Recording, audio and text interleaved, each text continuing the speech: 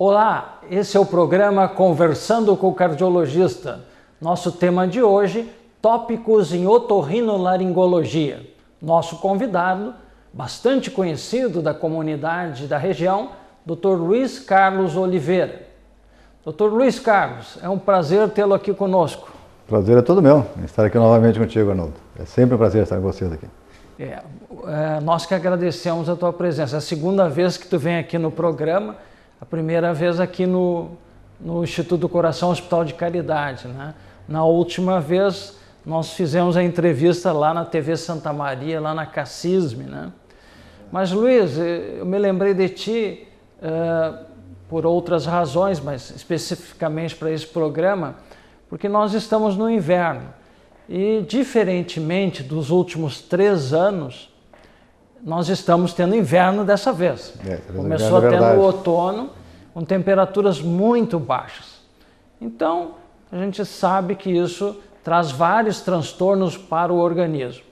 E nas vias respiratórias altas, isso é bem sabido, né? O que mais aparece no teu consultório nessa época do ano?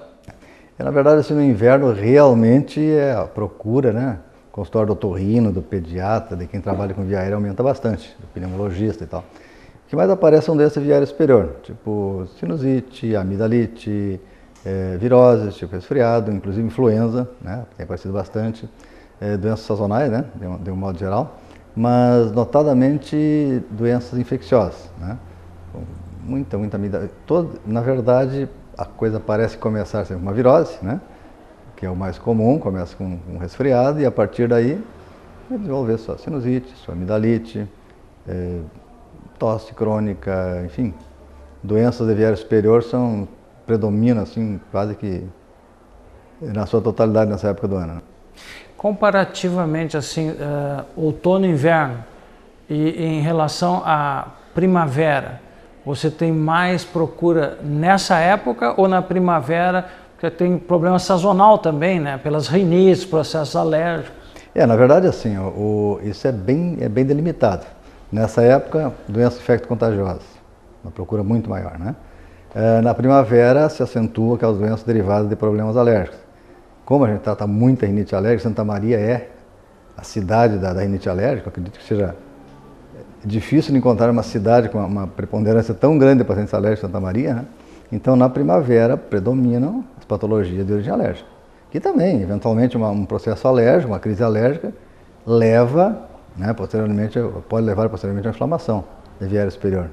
Mas é uma coisa bem notada, são doenças preponderantemente infecciosas, infecto-contagiosas nesse período, e na primavera predominam as patologias alérgicas, derivadas de problemas alérgicos, né? Luiz, assim, para os nossos telespectadores, como é que a gente entende que nós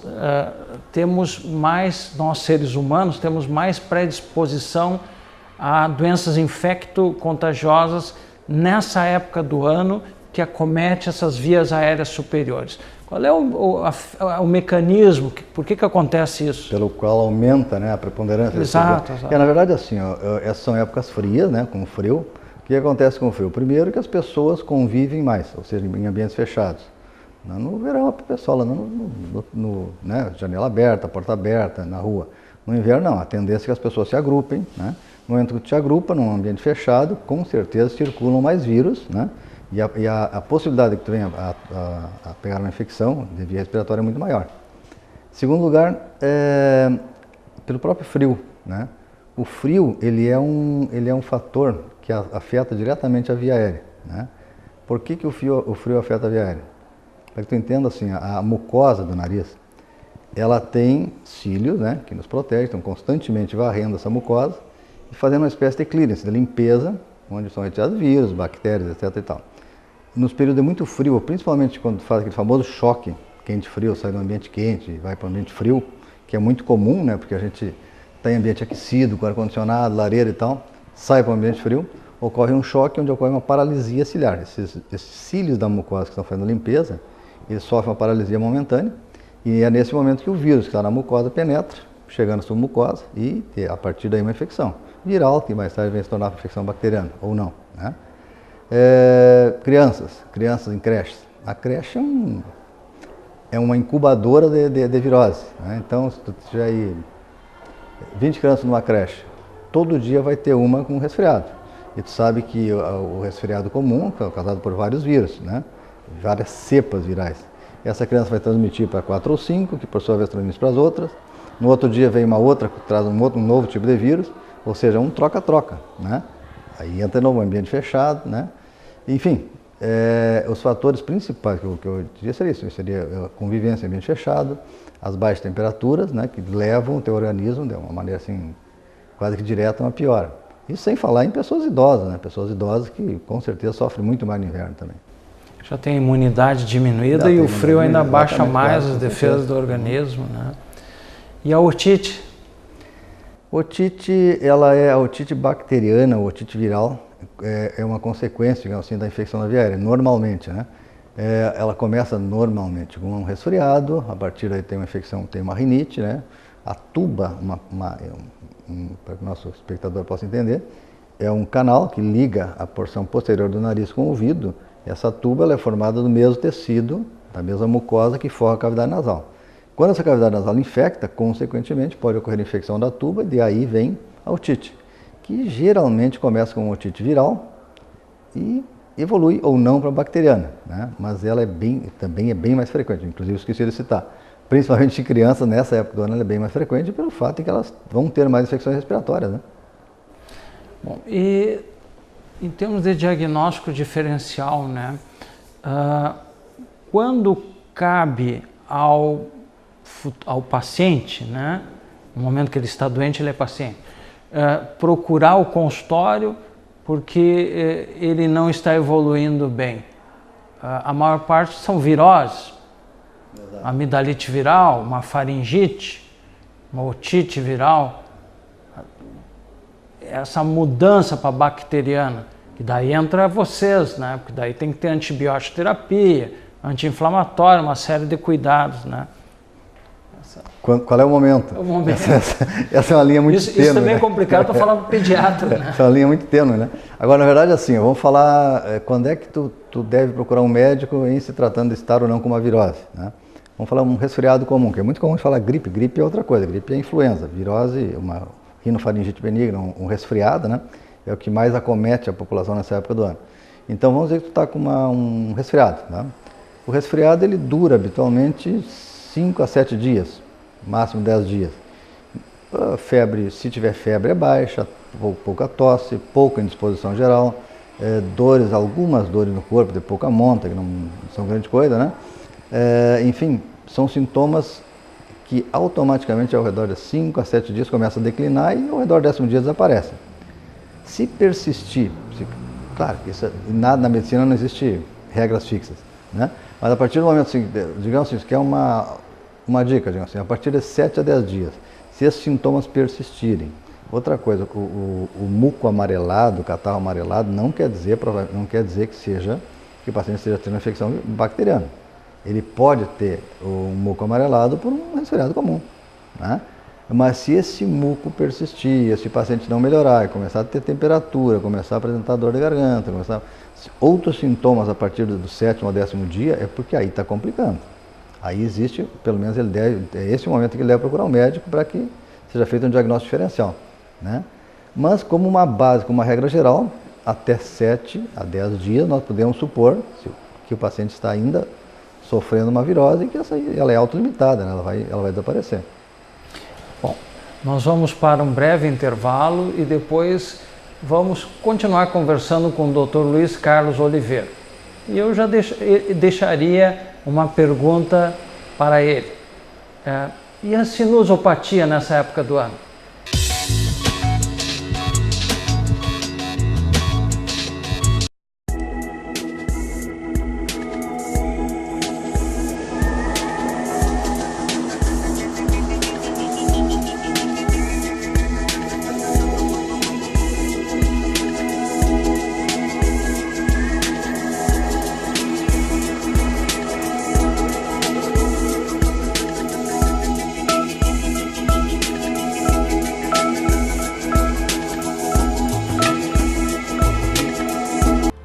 seu coração é parte vital do seu corpo e deve ser cuidado com muita atenção.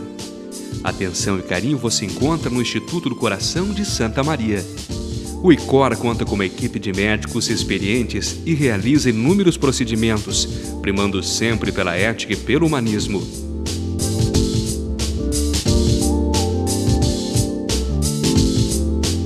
ICOR, uma paixão pela cardiologia.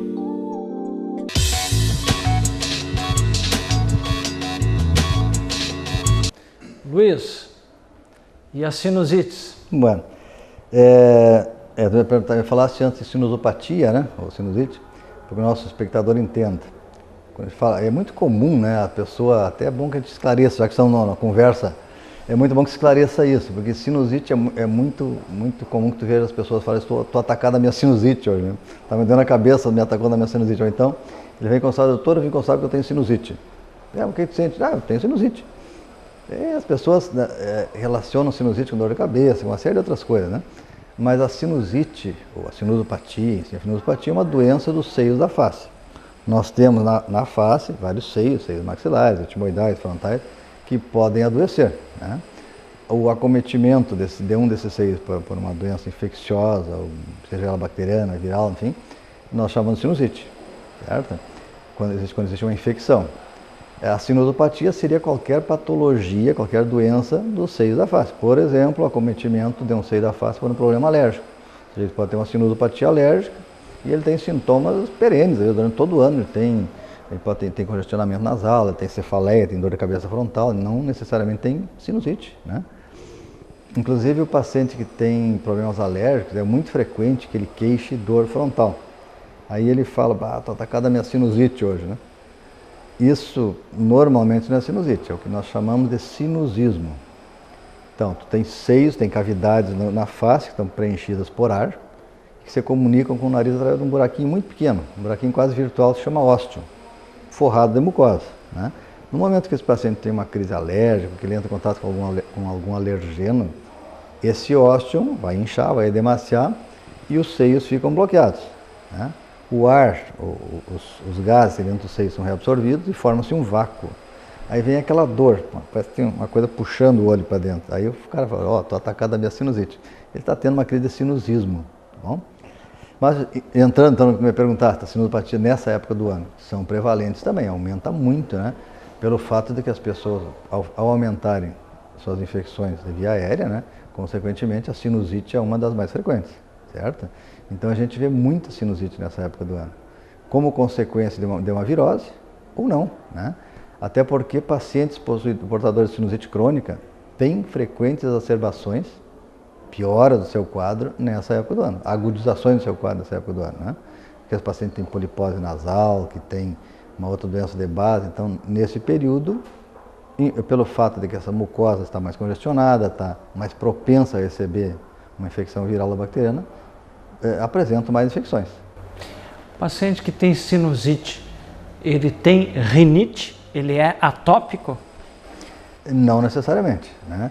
O paciente que tem rinite, porque na verdade assim, a gente fala rinite quando a gente deveria falar rino, sinuso, faringo, laringo, traqueite.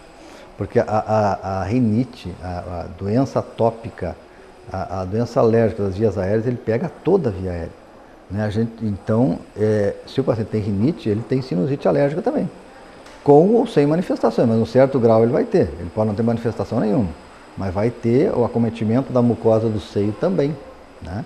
A gente tem que imaginar a árvore respiratória como uma casa com muitas peças, com sala, cozinha, varanda, tudo com o mesmo carpete, que é a mucosa. No momento que tem um problema aqui, ele pode descer aqui, pode subir para o seio da face, para o ouvido e por aí afora, né? Agora, o que acontece? O paciente que tem rinite, que sofre de rinite, né, que tem problema de rinite crônica, ele é muito mais acometido por episódios de sinusite que o paciente que tem uma mucosa sadia, né, por motivos óbvios. O paciente que tem um problema alérgico, ele tem uma mucosa que produz muito muco, que tem uma dificuldade de movimentar seus cílios para fazer a limpeza e que tem uma facilidade muito maior de que o vírus ou a bactéria penetre nessa mucosa e cause infecção. Então, a sinusite a incidência de sinusite se relaciona diretamente com o fato do paciente ser ou não alérgico, ter ou não rinite. ou rinosinusopatia, enfim, tá certo? Isso me faz lembrar, a gente sempre conversando, você lembra de fatos históricos, né? Eu estava uma vez no pavilhão Pereira Filho, quando estudante, fazendo estágio lá. Em vez de estar na praia de férias, estava dentro do pavilhão Pereira Filho com o livrinho para cima e para baixo. E uma das aulas que me chamou a atenção foi do professor Bruno Palombini, já falecido, né? Que na época era um mega star dentro da pneumologia, né? E ele falava isso, na sinusotraqueobronquite. Naquela época já se falava nisso, né?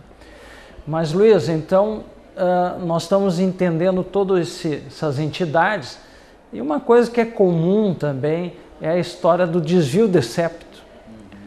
Os pacientes que têm desvio de septo, eles têm mais sinusite? Também, nós entramos sempre na mesma seara, né? Porque o desvio de septo, o que acontece? Para que as pessoas entendam, o nariz tem duas paredes aqui e uma parede no meio, né? Essa parede do meio é o septo, que separa o nariz em duas cavidades. A cada lado tem cornetos, que é uma substância erétil que incha e desincha conforme a maior ou menor necessidade de ingresso de ar dentro das cavidades nasais. Se tu tem um desvio, se tu tem um septo centrado, tem uma cavidade aqui e outra cavidade aqui que são exatamente iguais. Então tu está respirando, está passando a mesma quantidade de ar pelas duas cavidades. Se é o desvio de septo, o que é? Como diz o nome, esse septo, essa parede desvia-se para um lado, ela fica torta para um lado. Se ela desviou para cá, essa cavidade vai ficar mais estreita e essa aqui vai ficar mais larga, de acordo? Então o que acontece? Quando tu respira, entra a quantidade de ar igual nos dois lados. Só que como aqui a cavidade é mais estreita, a vazão vai ser maior. Conforme a física, né? A maior a vazão, maior a pressão, certo? No cérebro chega a informação de que a pressão está maior do lado esquerdo. O que ele faz? Como ele não consegue pegar o septo e colocar no lugar, ele faz aumentar o corneto, faz inchar o corneto do outro lado para equiparar as pressões. Aí tranca os dois lados, entendeu? Nariz tranca, onde não flui adequadamente o ar, né? Já começa por esse problema. Voltando à velha história da mucosa, a mucosa não trabalha de maneira adequada, né? Então tem uma propensão a segurar as secreções, a permitir que as secreções permaneçam mais tempo aí e, consequentemente, aumenta a possibilidade de infecções. Por outro lado, o septo, ele poderá, dependendo da altura do desvio, poderá pressionar diretamente o corneto médio e dificultar a drenagem dos seios por aquilo que eu havia falado no início do programa, que é o ósteo, né? Ele vai dificultar a drenagem dos seios ósseos. No momento que ele oblitera, que ele fecha o ósseo, esse desvio de septo, comprimindo o corneto médio contra o ósteo, não sei se está meio complicado explicar sem figuras, mas enfim, estou tentando fazer entender. Ele vai provocar um bloqueio desse ósteo. Bloqueou o ósteo, sinusite, porque onde os seios não drenam, a secreção se acumula, a mucosa inflama e de aí vem a sinusite crônica. Então a associação de desvios de septo com sinusite, principalmente a sinusite crônica, é bastante comum. Dificilmente tu vê um paciente com a sinusite crônica que não tenha uma alteração anatômica do septo, que esteja provocando um problema a nível do ósteo, ou seja, aquele buraquinho que drena o muco que é produzido dentro dos seios da face. Entende? Então, assim, a importância do septo não é só em termos de melhor ou pior respiração nasal. Tá? Inclusive, assim, tem estudos que mostram que se tu tiver um desvio de septo para esse lado, a quantidade de ar que chega no teu pulmão direito é menor do que chega no lado esquerdo. Né? Tamanha a importância do septo. De uma boa respiração nasal, não só pelo septo. Né? Bom, Luiz, nós vamos então para o terceiro bloco e eu estava no hospital universitário hoje, fazendo cateterismo cardíaco, e daí eu soube de um paciente que veio a falecer, porque teve meningite e teve uma otite, e isso acabou levando a um óbito num indivíduo jovem. Então eu gostaria que no próximo bloco tu nos contasse como isso acontece. E também eu gostaria de falar um pouco de tratamento, né? Nós pudéssemos dar algumas pinceladas, obviamente sem incorrer em problemas éticos.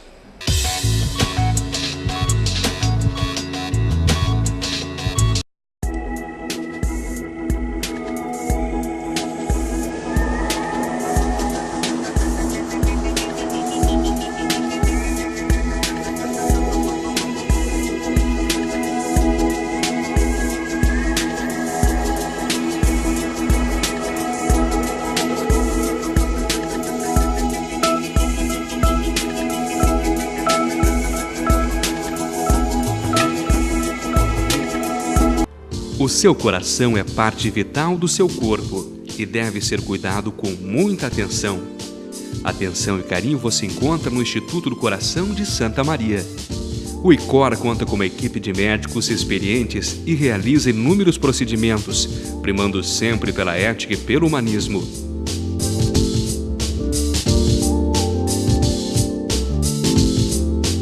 ICOR, uma paixão pela cardiologia.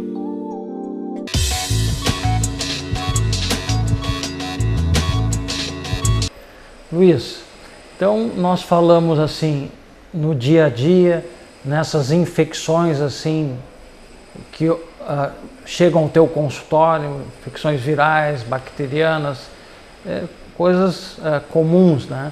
Mas eu deixei uma pergunta antes, e um caso de uma meningite, de uma otite, como é que acontece isso que leva ao paciente ao óbito? A otite ela é uma fonte, assim, bem como a sinusite, né, mas a otite tem algumas características, pelo qual ela pode, com uma certa facilidade, se propagar. Não é certa facilidade, mas não é incomum que ocorra não é uma coisa assim do outro mundo que ocorra uma meningite a partir de uma otite. Primeiro que assim, o ouvido médio, né, ele está muito próximo. O teto do ouvido médio é uma cavidade fechada, né? Que se comunica com o nariz através da trompa, conforme nós já falamos, e essa trompa, em dado momento, fecha, obstrui pela infecção, e essa cavidade fica fechada mesmo, né? Depois tem a membrana timpânica, e em cima, no teto da cavidade timpânica, do tímpano, o tímpano é a membrana, cavidade timpânica, toda aquela cavidade está ali. A membrana timpânica é uma coisa, a cavidade timpânica seria o tímpano. No teto da cavidade timpânica, está diretamente em contato com o cérebro. Tá? Isso é uma lâmina que pode ser uma lâmina tênue ou não, depende, pode inclusive ter malformações. Isso em pacientes que têm uma comunicação direta do teto do ouvido, da cavidade timpânica, né, do ouvido médio, com a fossa cerebral média. Existem aí incisuras, que tu não vai saber nunca, só no momento que tiver uma complicação, né? Tu pode ter uma comunicação sem saber. Quer dizer, a meninge está diretamente em contato com o ouvido médio, no seu teto, tá? Outras vezes, por via hematógena, que eu acredito que seja até a mais comum, ou seja, por via sanguínea, né? Vai e faz um abscesso cerebral ou uma meningite, certo? E agora sim, é difícil, porque tu me falaste de um paciente que faleceu, mas claro, teria que ver o paciente, saber o que aconteceu. Porque, isso eu estou falando de infecções agudas, né? Que podem evoluir para uma meningite, para um abscesso cerebral, através desses mecanismos, diretamente através do teto da cavidade timpânica, ou por via hematógena, por via transmissão através do sangue. Mas existem pacientes com doenças crônicas do ouvido médio, notadamente uma doença chamada colesteatoma do ouvido médio, seria talvez sendo mais comum, hoje em dia não é tão comum, mas foi muito comum antigamente, onde existe uma destruição das paredes ósseas do ouvido médio, e essa destruição com o tempo acaba chegando na meninge, pela cercania, porque o ouvido médio está cercado por meninge, ele está dentro do cérebro, entendeu? Acaba chegando lá. E a partir daí, um belo dia, esse germe, que é um germe de uma infecção, que o colesteatoma ele é um tumor benigno, mas vai crescendo, vai comendo o osso. Mas como está aquele tumor ali, sempre gera uma infecção crônica com bactérias, com pseudomonas, com bactérias bastante patogênicas.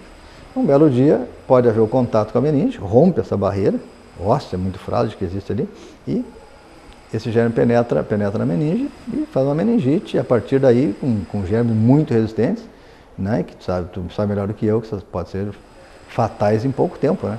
Então, assim, a possibilidade existe e não é nada do outro mundo.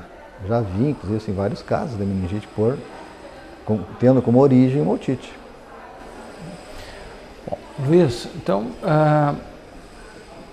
vamos falar um pouco sobre a questão de cuidados, né? O paciente está com inverno, está com dor de garganta, gargarejo funciona? O problema é o seguinte, eu sempre falo assim, ó, eu jamais falo mal de remédio da avó, da mãe, da tia, sabe? Eu acho que a sabedoria popular tem que ser respeitada, né? Sempre tem um fundamento, sempre tem um fundo de verdade na sabedoria popular. O problema é o seguinte, nós médicos tratamos as coisas conforme a causa, né? A patologia conforme a causa. Então, se for uma dor de garganta banal por uma virose, vai funcionar, sabe? A água quente, etc, tal, funciona. Mas depende da causa. Se o sujeito tem uma infecção bacteriana, já não vai funcionar, né? Tem coisas interessantes aí, por exemplo, tu fala que tosse, né? Toma uma colher de mel, você vai a tosse, receita o mel para tosse. O que acontece? O mel, ele é uma coisa astringente, toma uma colherada de mel, ele vai formar uma membrana que recobre a faringe e as terminações nervosas da faringe ficam encobertas por ele, né? Ele forma uma película, um filme ali, né? E essas membranas não são irritadas, então diminui a tosse. Então por isso que eu digo que a gente nunca deve, sabe? Mas enfim, funciona. Por exemplo, tomar muito líquido, essas coisas, tomar chá com limão, e tal. Não tem assim, não existe um fundamento científico que eu possa dizer, olha, funciona por isso, por aquilo. Tá? Mas mal não faz. Né? Otite e compressa quente. A compressa quente funciona pelo calor, né? Inclusive a medicina popular, aquela do tempo da nossa avó, de botar azeite quente, né? Não era o azeite, funcionava, era o calor, né? O calor provoca, ele diminui a dor, né? A vasodilatação diminui a dor. Então a compressa quente em criança é excelente, uma bela medida para o otite, como analgésico, né? Para diminuir a dor. Antibiótico terapia. A lei que modificou a prescrição e hoje antibiótico, você não chega na farmácia e me dá um antibiótico como ocorria há pouco tempo, né? Então tem que ter uma receita médica para tirar o antibiótico. Nos preocupa, mesmo assim, a grande resistência aos antibióticos, né? E eu acho que nessa questão da tua área, né, há muita resistência, né? Assim, nesses antibióticos mais comuns, talvez porque se utilizasse muito facilmente, chegava no balcão da farmácia e comprava, né? Então, a orientação de vocês é fundamental. Com certeza. Eu acho que essa lei que proíbe a livre aquisição de antibiótico é fantástica, né? Deveria haver também para comprar vasoconstritor nasal, uma série de outras coisas, né? Mas um dia provavelmente a gente chegue lá. Mas é fantástica porque vamos, sei lá, alguns antibióticos, tipo um que tu sabe qual é que tu toma 3 dias. O pessoal dava um espirro, ia na farmácia, comprava, tomava, né? Tomava 3 dias, tá? Esse antibiótico hoje em dia funciona para pouquíssimas coisas, né?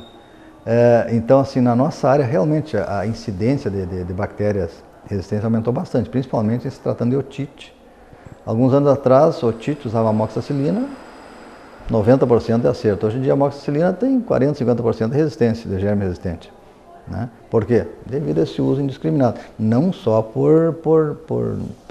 pelas pessoas, por médicos também, né? Infelizmente, a gente também tem que fazer uma meia-culpa, né? Que às vezes nós, até por uma angústia, por nossa vontade de ajudar o paciente, a gente meio que se passa, às vezes prescreve até antibiótico e demais.